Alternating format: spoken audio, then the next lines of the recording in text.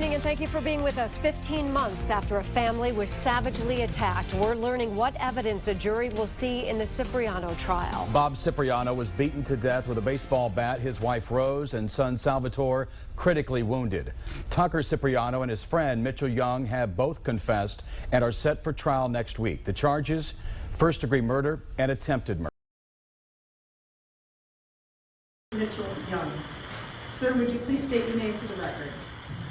Mitchell Jordan Young. Sir, do you understand the charges against you?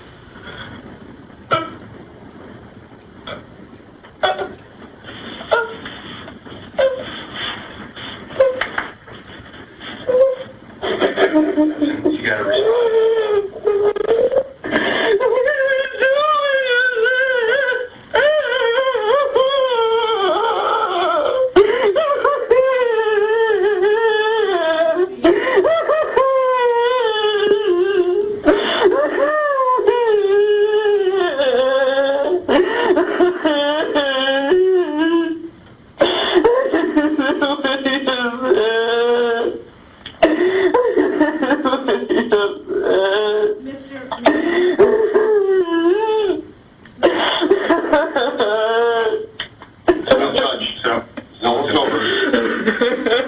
Calm down, listen to her. Mr. Young, I'm going to ask that you listen at this time. I'll indicate that these are the charges against you. How do you wish to plead to the charges? I'm not guilty. I didn't do any of that. I will enter a plea of not guilty for you.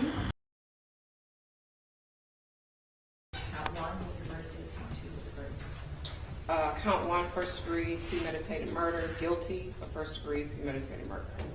Count 2, first-degree felony murder, guilty of felony murder. Count 3, assault with intent to murder, guilty of assault with intent to murder. Count 4, assault with intent to murder, guilty of assault with intent to murder. Count 5, armed robbery, guilty of armed robbery. Thank you. Be seated. No, who has the sentencing date? Sentencing will be July 16th at 1 p.m. May we approach? Yes.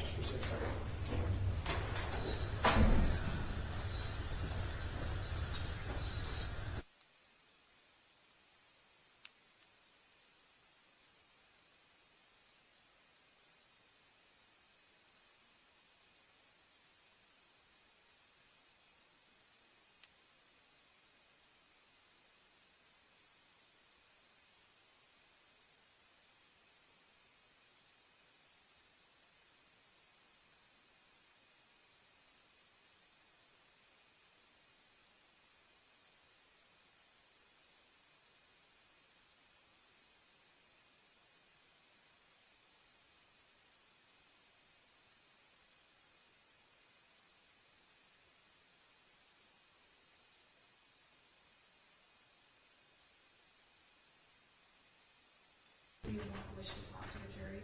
Yes. All right, I'm going to talk to them first, and I'll send my question. Very well. Thank you very much, Your Honor. Thank you, Your Honor. Thank you. Please rise.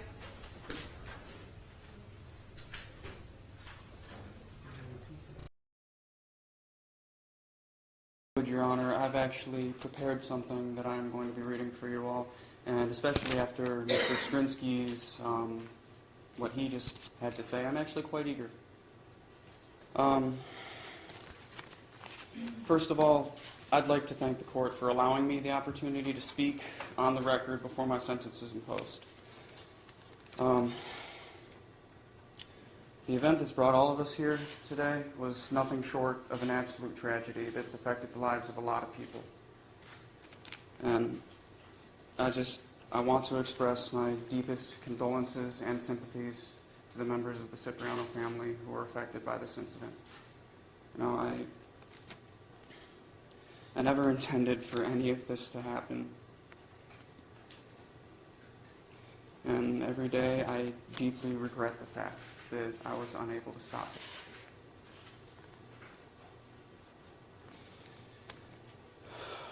I never once thought that my association with Tucker Cipriano would lead to an event like this. That being said, I once again want to state that I am not guilty of the 5 crimes I am to be sentenced for today, and I do intend to file for my appeal as soon as possible following the conclusion of this hearing. Now I'm going to cover some, but not all, of the issues that I intend to raise on my appeal, and I ask you all to please keep in mind that while some of what I have to say may seem motivated by anger or frustration, it's not my intent in any way to be inflammatory, merely to point out the things that I feel strongly represent a miscarriage of justice in this courtroom. Starting with the fact that I was not provided with, nor did I have an opportunity to examine all of the documents, photographs, and other paperwork that the prosecution intended to produce against me at trial, despite my request per MCR 6.201. I was not provided with the opportunity to inspect all tangible physical evidence that the prosecution intended to produce against me at trial, despite my request per MCR 6.201. I was not provided with any criminal record of all the witnesses the prosecution produced or intended to produce against me, despite my request to the same MCR. This list continues further, but in short, I was not allowed the opportunity to properly prepare my defense due to the lack of information in the discovery with which I was provided. I do not know why I was not provided with this information, but the why does not change the fact that my requests for information that I had every legal right to were completely ignored. And this brings me to the subject of Michael McCarthy, my court-appointed attorney, and I would like to thank you, Michael, for the things that you had to say on my behalf. They were very kind, but unfortunately, I also do have to bring to attention, I do have to bring to attention that I'm not satisfied completely with the counsel that you have provided me. I believe there were many things that should have been done that weren't. As Michael McCarthy said, he and I have met countless times over the course of this case where I expressed my concerns and expectations involved in my defense. Unfortunately, these expectations were not met. I presented Michael with the names of witnesses who I wished to be called to testify on my behalf at trial, and to my knowledge, Michael did not so much as interview these individuals, and my request went ignored. During our meetings, I brought to Michael's attention numerous points that I wished for him to present at trial, and despite his assurances to me at the time, he neglected to address many of these issues. Among these were the defenses that I requested that he present. These included abandonment, claim of right, duress, and the mere presence defense. Of the 4 defenses that I found to apply to my circumstances, all of which were agreed to at the time of my request, only mere presence and duress were presented. When I questioned Michael on this at trial, he remarked to me that at that time nothing could be done about it. In doing this, he impeded upon my constitutional right to present my defense. No witnesses were called in my defense. My requests for various types of expert witnesses went ignored. No defense exhibits were prepared whatsoever for the jury. Witnesses were not confronted on multiple contradictions and inconsistencies that were present in their testimony. Points that I practically harped Michael on that were key in my defense were entirely neglected, and timely objections were not made where they were due. It is for all of these reasons compiled together that I submit that I was not given effective assistance of counsel. I'm not trying to beset in any way Michael McCarthy's reputation. I'm not trying to say that he isn't a good attorney. He's very experienced, and he is effective, and the arguments that he presented were very persuasive. But what I am saying is guarantees and assurances that were made to me by him were not fulfilled, and the needs of my defense were not met. Now to broach on the aforementioned inconsistencies in witness testimony. The first witness the prosecution produced was the female operator who received Tanner Cipriano's 911 call. By her own testimony, she stated that her recollection of the call was fuzzy, and that it was difficult to hear the caller because he was whispering. Despite this, she was able to confirm that the recording was true and accurate. Beyond that, she confirmed that the transcripts were a true and accurate representation of the recording.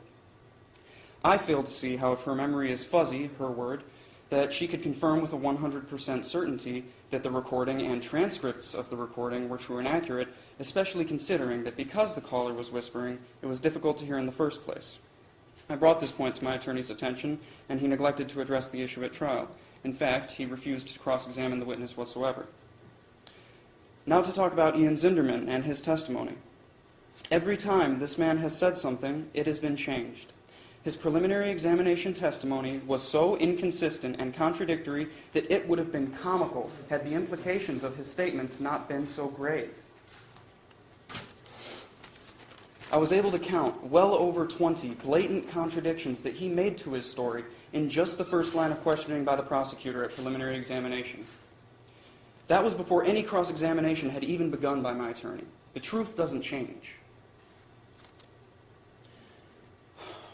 His preliminary examination testimony contradicted his previous statements to the police, and his testimony here in this courtroom contradicted both his previous statements to the police and his preliminary exam testimony in numerous ways. He even provided a convenient excuse for all of these changes and contradictions, and for the difficulties he had in processing the questions posed to him by my attorney. Partial complex seizure disorder was the excuse he presented. However, at preliminary exam, he was specifically asked if he suffered from any physical or mental disabilities. His response at that time was that he had, and I quote, a math deficiency, and went on to state that he believed he had both ADD and ADHD. Partial complex seizure disorder was never mentioned previous to trial. I brought this point to my attorney's attention, and he neglected to address the issue at trial. Oddly enough, this disorder of his only seemed to present Ian with any difficulties in processing information when he was being questioned on cross-examination by my attorney. Another reason that he provided for his multiple prior inconsistencies was that he was in shock and confused at the time of preliminary examination, but that after he A, repeatedly conferred with the prosecution to review his story, B, catered his story to match some of the evidence that it previously contradicted, and C, prepared his testimony for trial, he's testified that he had it all straightened out now. Big surprise there.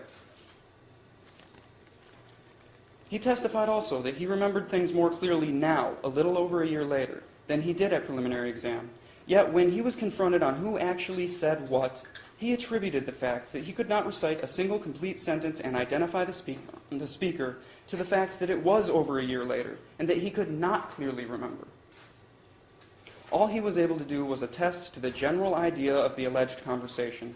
Mr. Young, I don't mean to interrupt you, but I know you're planning on appealing. Yes. And this is not your appeal.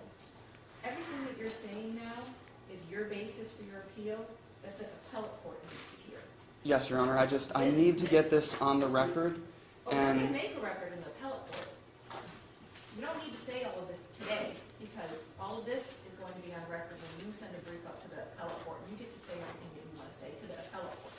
You don't have to say all this on the record now for the appellate court to hear your arguments. I just want to make sure you understand that.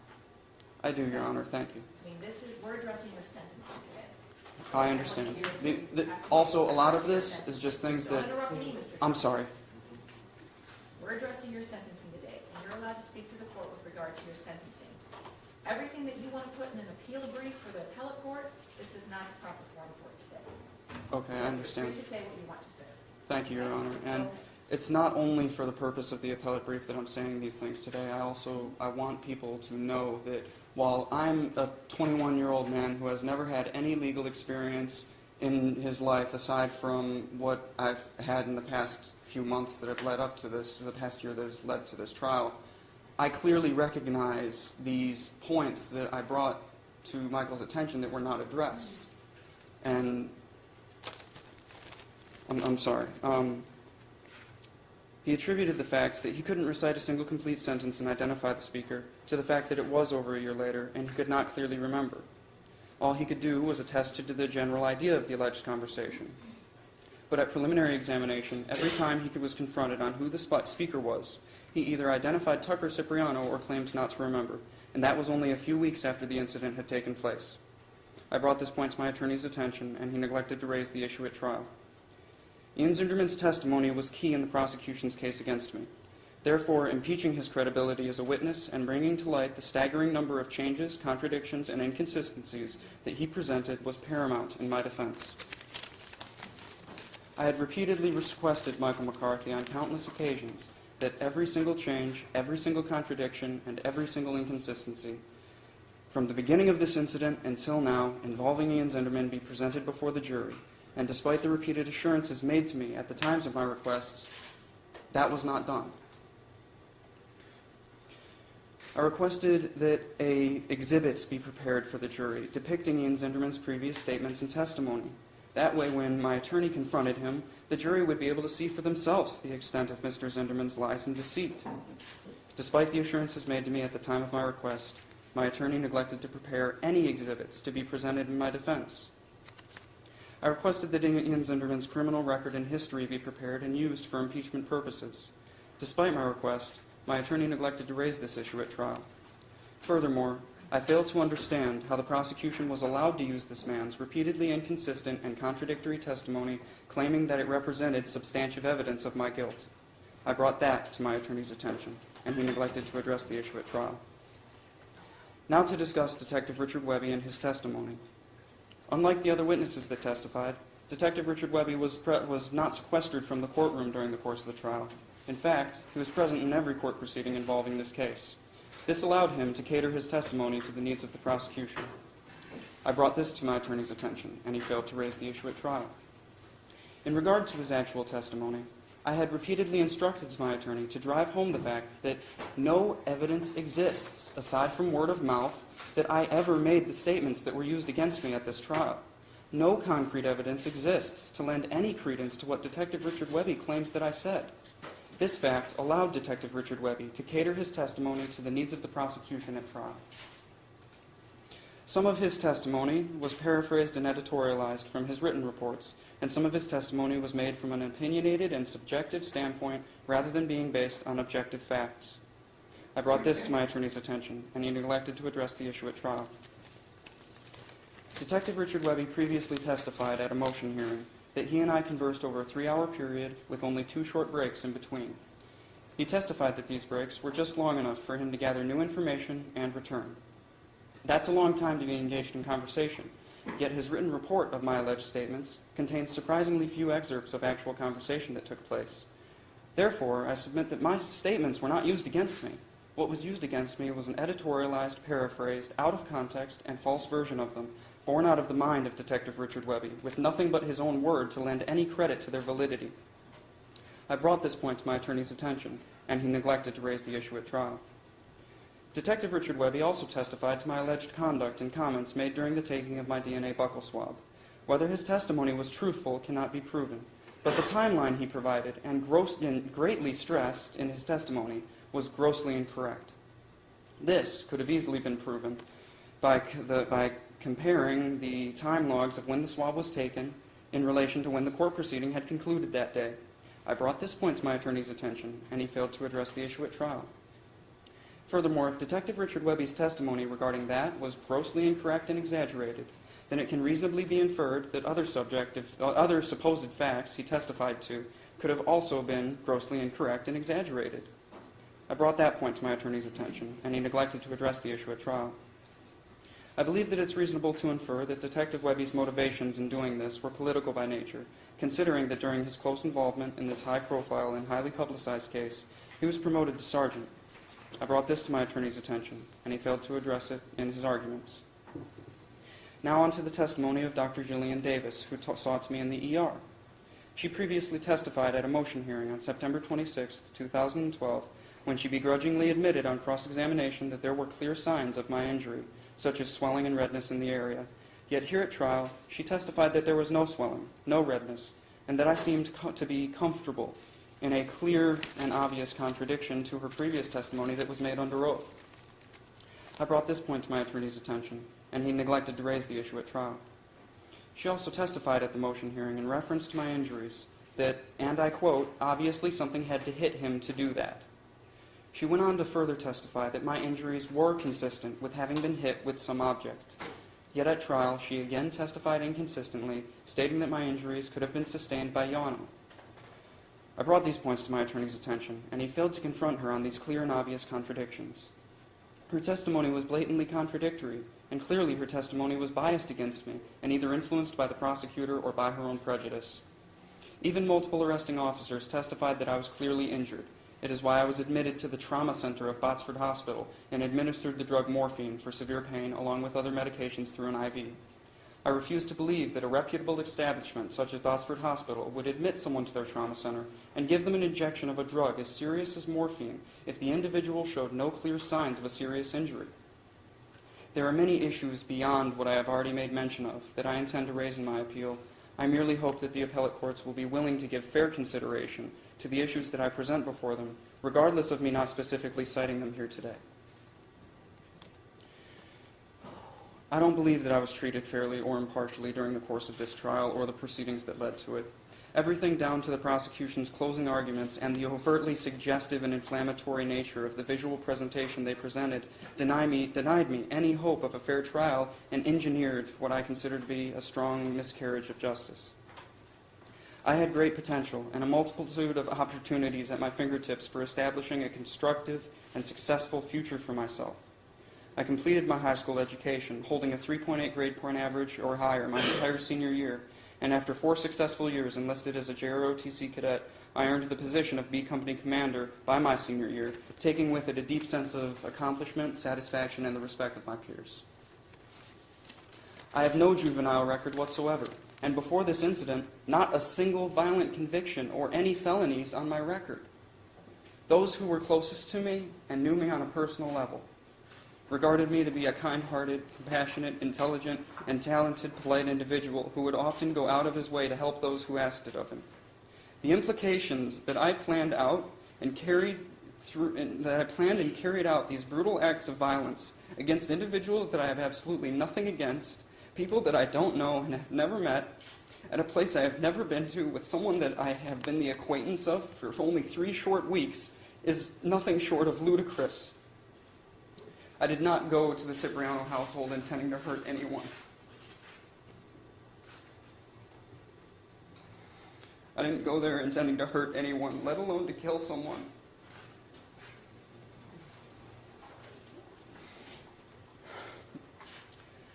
At the time, I had already applied and been accepted to the Michigan Institute of Aviation Technology, and I was a mere 2 weeks away from being able to start the first of my classes.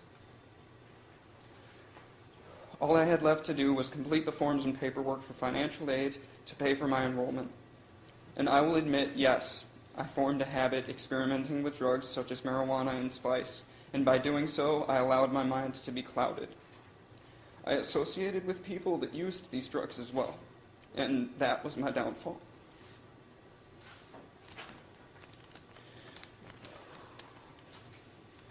My message to all young individuals is to look at and learn from what happened here today in this courtroom.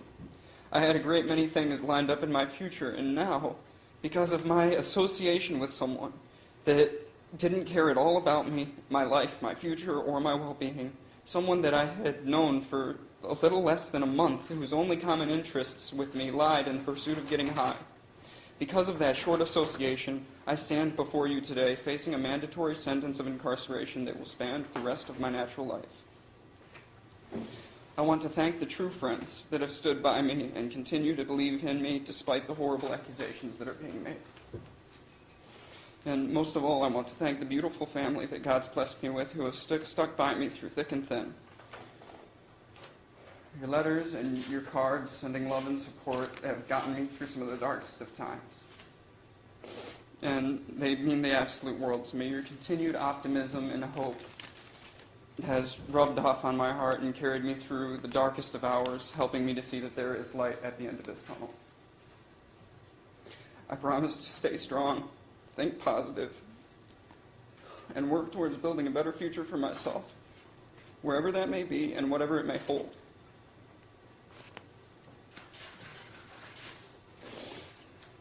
Finally, in regard to the Cipriano family, words do very little to express the depth of sorrow that I have for all of you.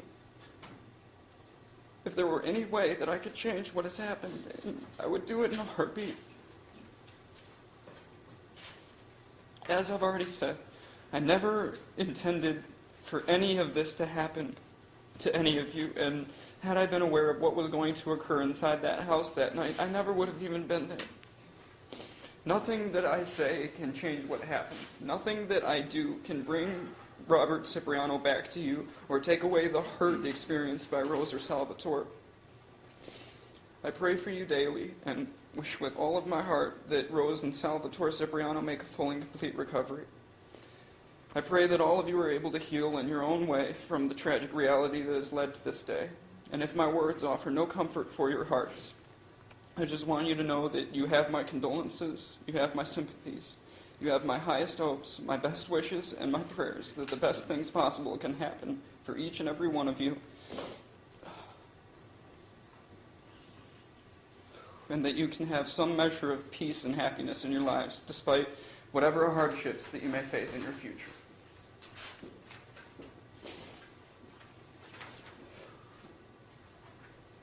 My intent was not to cause any harm. The only reason that I went there that night was to assist someone that asked me to help them pick up their personal belongings. And that quickly turned into a living nightmare that none of us have been able to wake up from.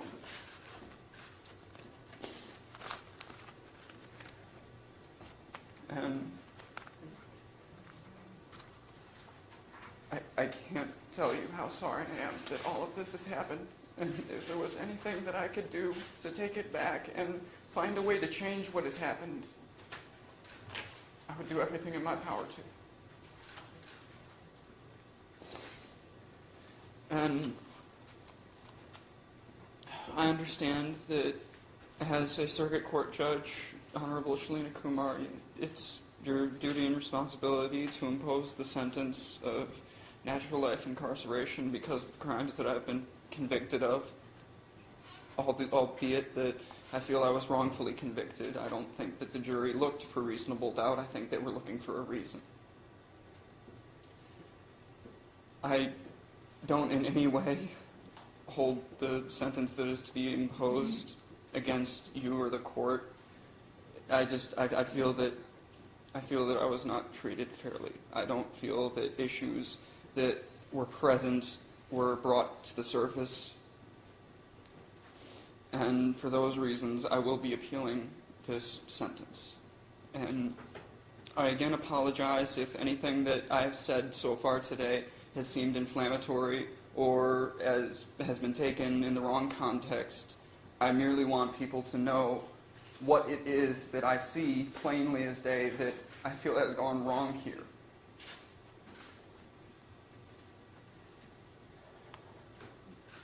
Thank you. Thank you for allowing me to speak. I'm ready for the sentence to be imposed. Ms. McCarthy, in my opinion, your absolute refusal to acknowledge any of your decisions or your activities in this event, your absolute refusal to take any responsibility is really unbelievable to me. You are clearly a very intelligent young man. You absolutely, without a doubt, know wrong from right. And you are very critical of Mr. Zinderman, but Mr. Zinderman was smart enough to walk away that night, knowing what the two of you were likely to do. You did not use your intellect, as Mr. Zinderman did, to walk away that night. And you could have, and you should have, and you chose not to. And you are not someone who does not know right from wrong. I do not believe the things that you are saying. I absolutely believe that you did this, you made decisions to do this, you played a significant role in this.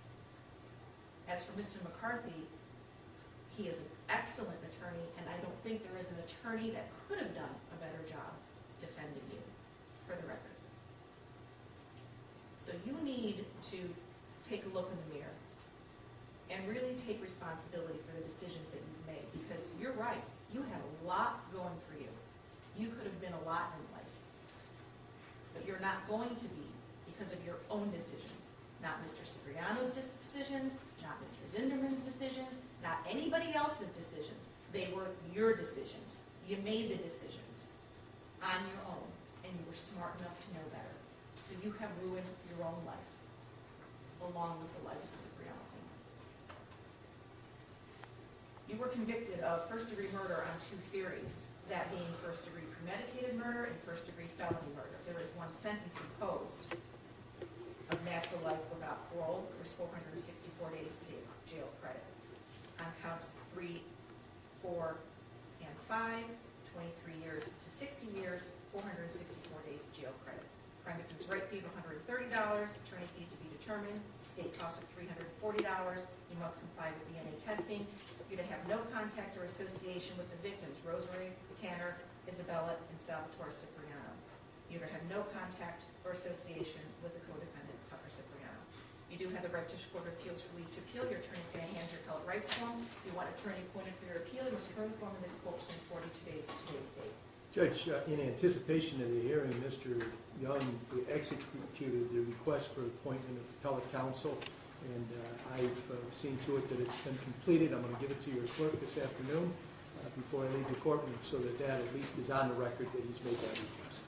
Thank you. Anything else for the record, counsel? Not on this case, but if I may, on the other case, if I approach after this is finished. Do you want to approach you on a public thing first? No, You want to come, please? before you get up the bench.